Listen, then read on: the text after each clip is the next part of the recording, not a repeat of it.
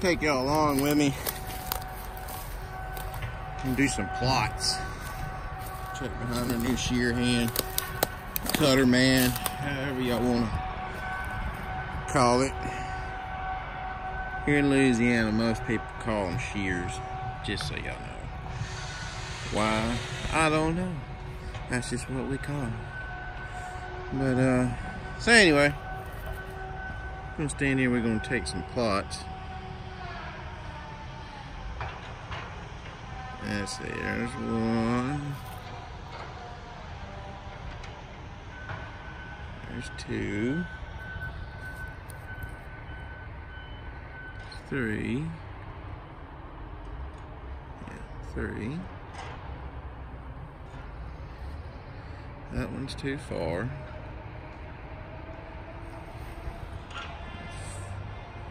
4. Let's see. That one's too far. It's close though.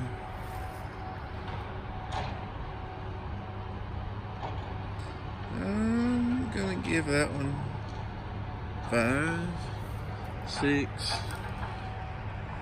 This big one here 7.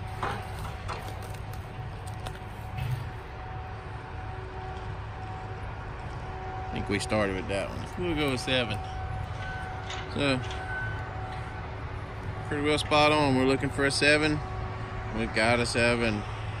You can see we've done a very good job spacing everything out. Watch the 620 come by with a drag.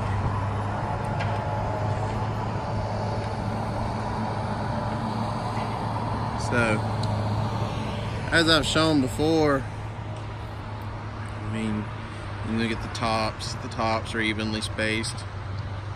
It's ready to do some serious growing now. Make some logs. So a lot of people don't understand what we're doing when we're logging and stuff. It's just with this thinning like this, they plant it, and this stuff here was planted in 2003, and now we're coming in and we will thin it out down to about 200 trees to the acre. This is probably more like 250. And then it'll stand for 5 to 7 years, usually 5. In some places. In our area, it's a little bit further behind because it's stays wetter over here.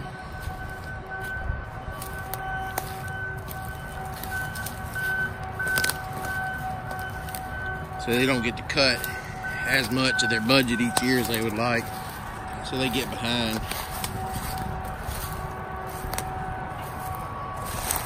Like this is in a wildlife game reserve. I think this place has like 54,000 acres standing in here. I'm not sure how much my timber company owns. I know it's a big chunk though.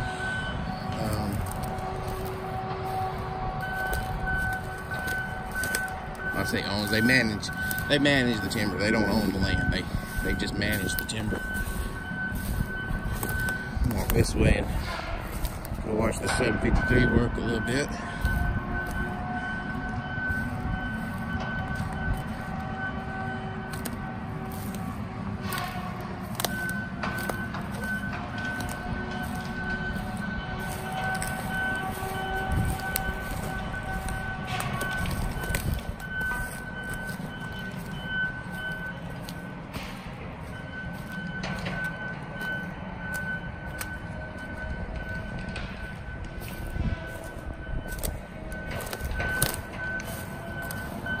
Okay, well, we're opening this up. It's mainly, we're just in here for the timber and stuff, but it does promote wildlife.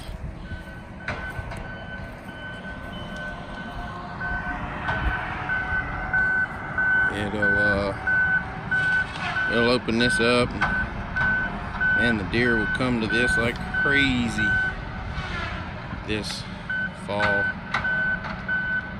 Oops, wrong direction.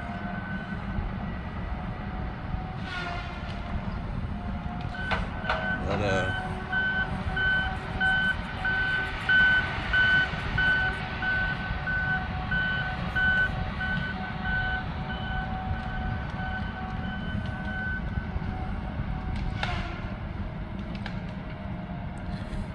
I mean, you can see though, where you see the bigger, prettier trees are left. Zoom back out. The bigger, prettier trees are left. The straight trees, you know, most everything that's left standing in here is not forked or deformed. There's one fork right there, but you can see that there's enough of good tree standing below the fork that it will make a log. That'll make a small log one day. Now that other big forked one kind of in behind it there, and when you're first thinning, sometimes you just gotta leave those to make basal area. But you can see what's laying here in the pile. It's the trash out from underneath it. Nothing spectacular.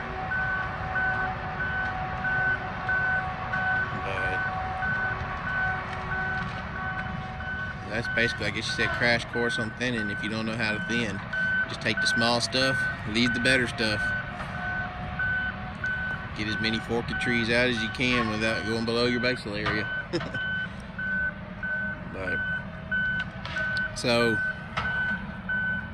as I was saying, you know, we'll be leaving this to like 250 stems to the acre, and it'll be second thinned in 5 to 7 years when it comes online.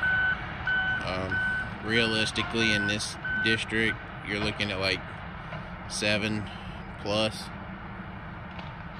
Every once in a while you'll get some. Like if it's good ground and it's wet and they're hunting us somewhere to go, we'll cut some second thinning kind of early. But they'll let it stand to, I think it's 27, 28 years old. I think it's 28 years old it stands before it's cut. Clear cut.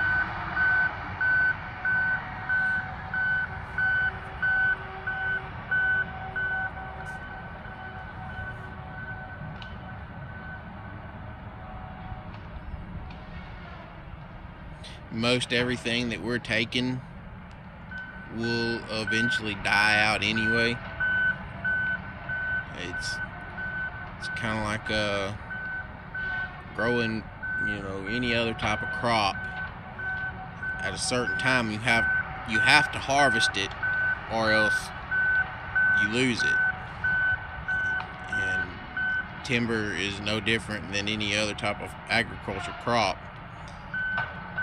like corn or peas, watermelons, tomatoes. For anybody that farms or grows small gardens, you know, you can't leave, you know, things on the vine too long or on the stalk too long. It'll rot on you. This is the same way. And here's a perfect example standing right here beside. There's two of them in fact. Zoom back out. This one tree right here that you can see that's broke, just behind it, that one's dead. And just down there you can see another broke tree, or dead tree. You have in there that little snag. You come back down, see the bark missing off of it. That tree is dead. So with it already being dead, that's showing you that this timber, you know, it's really, this stuff is past due to be thinned. It's, as you can see, the ground is just wet. It's very rare for us to be in here this time here. For some reason, it dried really good over the winter. For some reason or another, the trees down here are sucking water and making pollen like something crazy.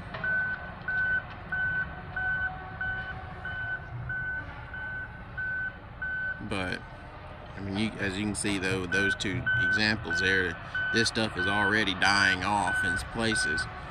And if you don't come in and harvest this, everything that you would harvest and make money off of is going to stand there and rot and go to waste and create fire hazards and every other thing you can imagine.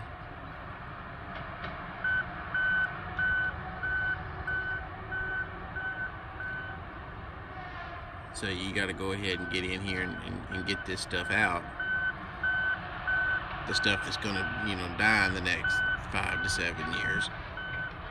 And then you let it grow some more, and then you come back again, and that's whenever you really hit the pulpwood really hard, take out the forked trees, try and get all of the forks out, anything.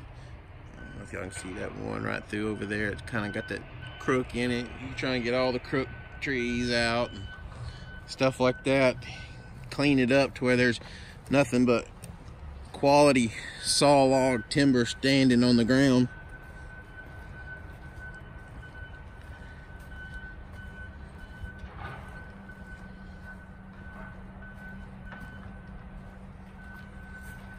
Go show y'all the way we're kind of working this. So the track cutter's coming behind the rubber tire doing the thinning. That row there was done.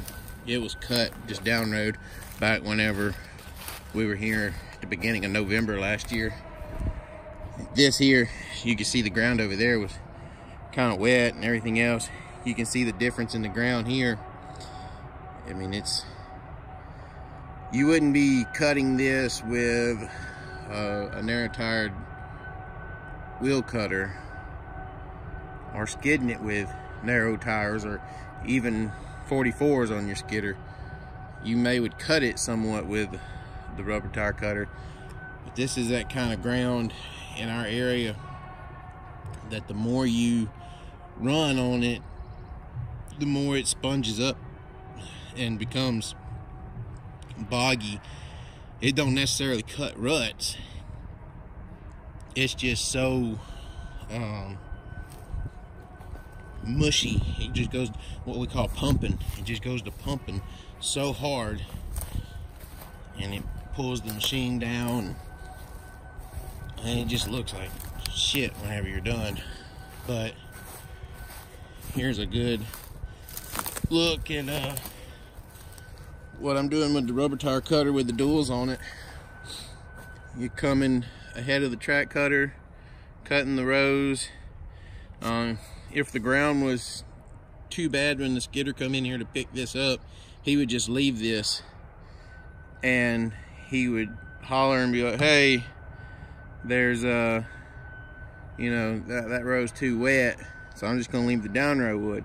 And then the track cutter would finish cutting this row before we come in here to pick any more of this wood up. But as you can see, the wood is laid right where the skidder tires are gonna be at. That's why I use the duals, because you can figure out where the skidder tires are gonna be a whole lot easier, and you just stay on the wood. It's pretty dang easy doing it like that. Like this row here, he's only picked up a little bit from the very back here, because you don't want to pick all of your down row wood up at one time.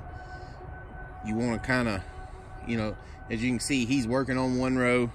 There's one row in the middle clean, and then there's this row with wood still on it. He will try and have it by the time he gets this row in the middle clean. You know, by the time the track cutter's finishing up this row in the middle, the skidder will be trying to finish up this row here that we're standing on with getting all the down row wood off of it for him. And he'll you know, he don't just skid all the down row wood up, because then you're stuck with all thinning and it slows you down a little bit. Your loader man really goes to hating you then. So it's just one of those things of trying to work efficiently. The rubber tire, it don't cut. Shoot, I may altogether cut 3 hours, 4 hours out of the day. The rest of the time I'm down on the ground, walking, looking, checking, taking video, you know, whatever. It hear another truck coming in. Maybe that's a truck going out. But anyway, just figured I'd walk y'all through the woods, let y'all watch the track cutter cut a little bit, take some plots. We may get some more video after a while. We're already at 16 minutes on this video. We'll be back.